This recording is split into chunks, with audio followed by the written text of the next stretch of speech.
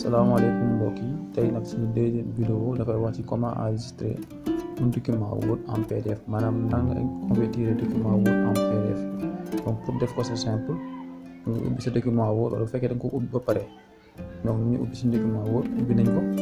donc dañuy dem tout à fait à gauche fichier moom la ñuy sélectionner d'abord cliquer voilà mu ngi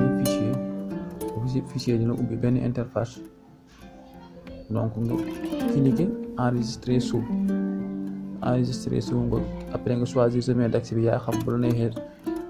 bureau bu la neexee yaa xam fu la neex daa nga enregistré ko mais surtout aujourd'hui bureau lañ koy enregistré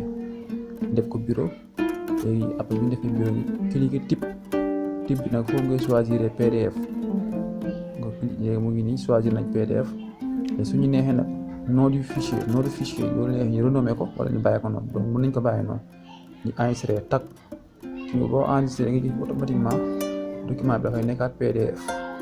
voilà mais voilà document bàyyi ni ci bureau bi mu ngi nii document bi def nañ ko PDF en même temps document Word bi aussi ba léegi mu ngi fi donc ñu la ñuy créer document def ko convertir ko en PDF. allez jaa ngeen jëf ba beneen vidéo incha allah bu ko defee ngeen aimé partager bu ko defee gën a mën a def yeneen jaa ngeen jëf.